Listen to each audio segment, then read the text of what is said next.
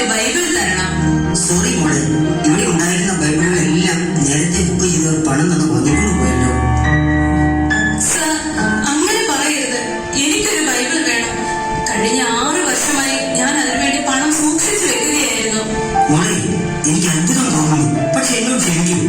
അടുത്ത തവണ ഞാൻ നിനക്കൊരു ബൈബിൾ കൊടുക്കാം. യേശുവേ, ഞാൻ എത്ര നാളായി നിന്റെ വചനം ലഭിക്കുവാനായി പ്രാർത്ഥിക്കുന്നു. എന്നെ നിരാശയാക്കല്ലേ. വല്ലാത്തൊരവസ്ഥയായി പോയിട്ട് ദൈവമേ, ഈ കുഞ്ഞിനെ ഞാൻ എങ്ങനെ സഹായിക്കും? മോളെ മേരി, ഇതാ ഈ ബൈബിൾ നീ എടുത്തോളൂ. വർഷങ്ങൾക്ക് മുമ്പ് വളരെ ആഗ്രഹിച്ച് ഞാൻ വാങ്ങിയതാണ്. അങ്ങയോട് ഞാൻ എങ്ങനെയാണ് ഇതിന് നന്ദി പറയേണ്ടത്? ദയവായി ഈ പണം സ്വീകരിക്കണം. വേണ്ട മോളെ, വേണ്ട. ദൈവവചനത്തെ ഇത്രയും സ്നേഹിക്കുന്ന ഒരു മകളെ കിട്ടിയത് നിന്റെ മാതാപിതാക്കൾ ഭാഗ്യം ചെയ്തവരാണ്. സർ, എന്നെ പോലെ വേദപുസ്തകം സ്വന്തമാക്കാൻ ആഗ്രഹിക്കുന്ന ഒത്തിരി ആളുകളുണ്ട്. തീർച്ചയായും ഇന്നു മുതൽ ദൈവവചനം എല്ലാവരുടെയും കയ്യിലെത്തിക്കാനുള്ള ശ്രമം ഞാൻ നടത്തും.